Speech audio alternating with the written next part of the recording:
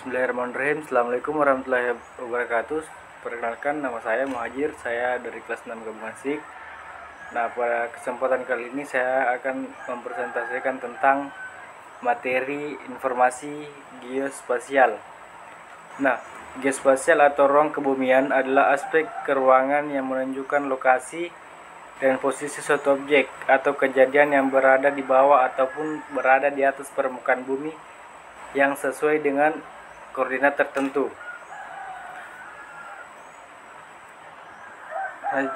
Selanjutnya pendahuluan.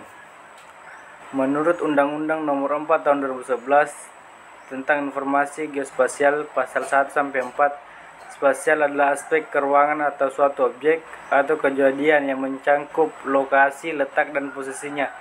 Geospasial atau ruang kebumian didefinisikan sebagai aspek keruangan yang menunjukkan lokasi, letak, dan posisi suatu objek atau kejadian yang berada di bawah maupun di atas permukaan bumi yang dinyatakan dengan sistem koordinat tertentu. Data geospasial. Data adalah data tentang lokasi geografis, dimensi atau ukuran atau karakteristik objek alam atau buatan manusia yang berada di bawah maupun di atas permukaan bumi. Informasi geospasial menurut Undang-Undang Nomor 4 Tahun 2011 diartikan sebagai DG atau data geospasial yang sudah diolah sehingga dapat digunakan sebagai alat bantu untuk perumusan kebijakan, pengambilan keputusan, atau pelaksanaan kegiatan yang berhubungan dengan ruang kebumian.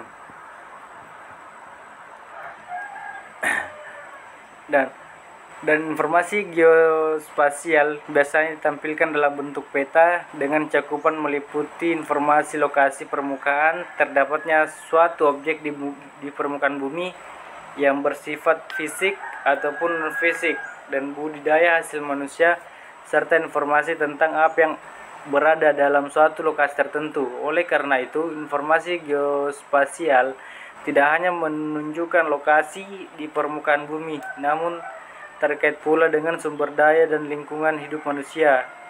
Dalam pengadaan informasi geospasial, terdapat dua jenis informasi, yaitu informasi geospasial dasar yang pemanfaatannya ditujukan untuk keperluan yang bersifat luas, baik bagi pemerintah, badan usaha, maupun perorangan, dan informasi geospasial tematik yang memperlihatkan data secara kualitatif dan atau kuantitatif pada unsur-unsur yang spesifik berhubungan dengan detail-detail topografi.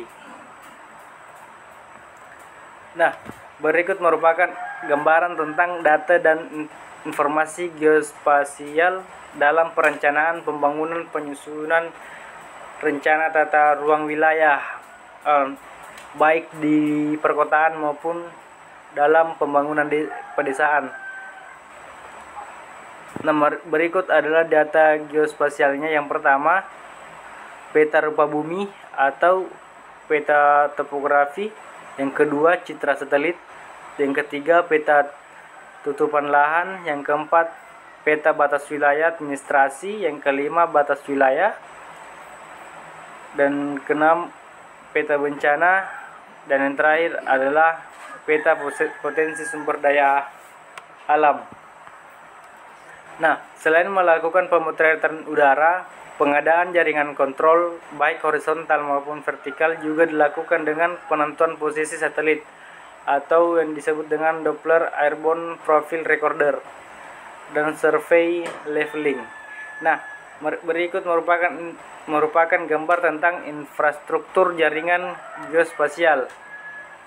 Nah, di mana di sini terjadi aktivitas yang dimana pengguna geoportal dan geospasial saling berhubungan, baik dalam meregistrasi metadata, layanan penyajian, mencari data, pemanggilan data, dan sebagainya.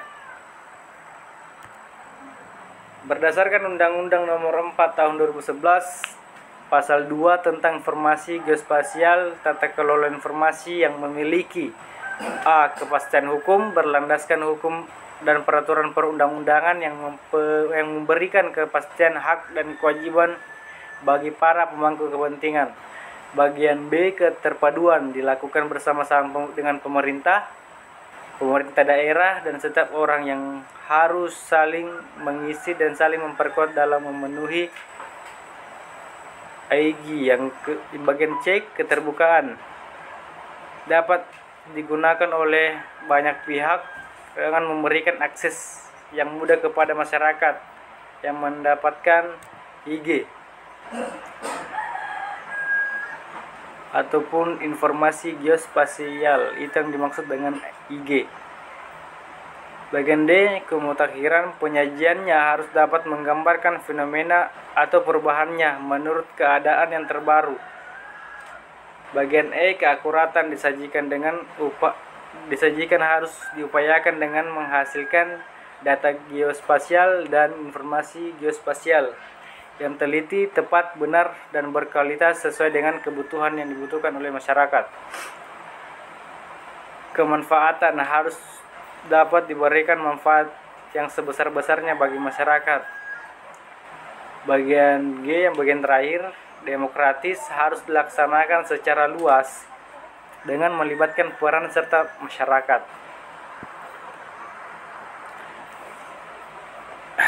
Nah, bagian C, informasi geospasial dasar. Yang pertama, jaringan kontrol geodesi. Jaringan kontrol geodesi merupakan titik-titik kontrol geodesi yang digunakan sebagai kerangka acuan posisi tertentu bagi informasi geospasial yang terdiri dari yang pertama, jaringan kontrol horizontal yang digunakan sebagai kerangka acuan posisi horizontal 2 dimensi bagi informasi geospasial. Titik kontrol geodesi horizontal tersebut diwujudkan di permukaan bumi dalam bentuk tanda fisik.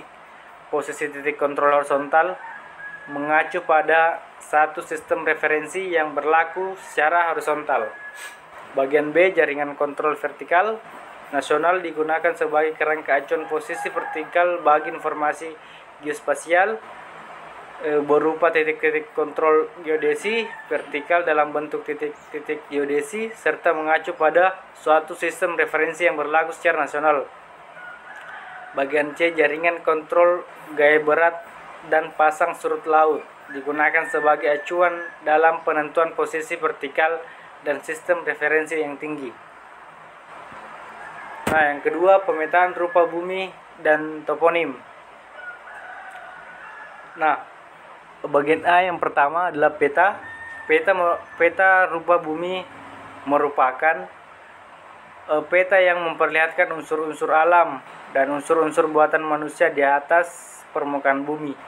Unsur-unsur tersebut diusahakan untuk diperlihatkan pada posisi yang benar. Peta rupa bumi tersebut juga sebagai peta umum karena dalam peta rupa bumi menyajikan semua unsur yang ada di permukaan bumi. Dengan mempertimbangkan skala yang sangat terbatas, peta rupa bumi dapat digunakan untuk berbagai macam kegunaan.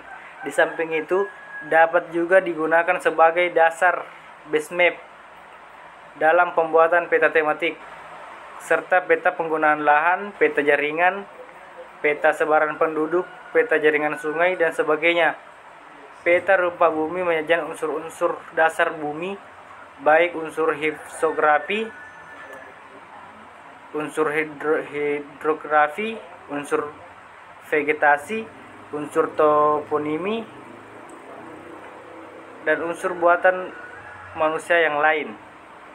Peta rupa bumi memiliki karakteristik memuat gambaran tentang penyebaran luas dan karakteristik dari unsur-unsur fisiografi, topografi, morfologi, geologi, demografi, dan sebagainya.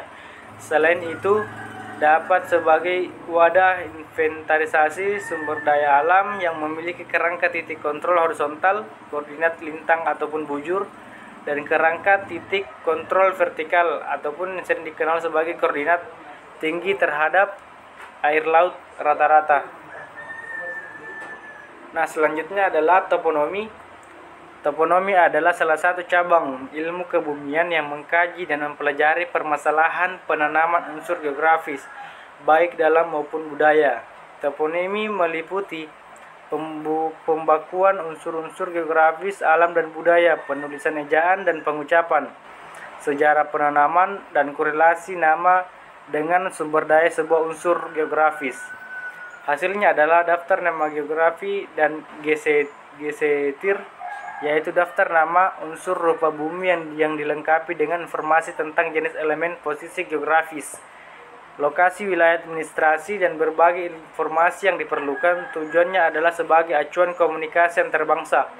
Pemetaan toponomi adalah suatu rangkaian kegiatan penanaman unsur atau proyek dalam pelaksanaan identifikasi atau kompresi lapangan yang mengumpulkan data dan informasi di lapangan. Nah, selanjutnya bagian ketiga adalah pemetaan kelautan dan lingkungan pantai.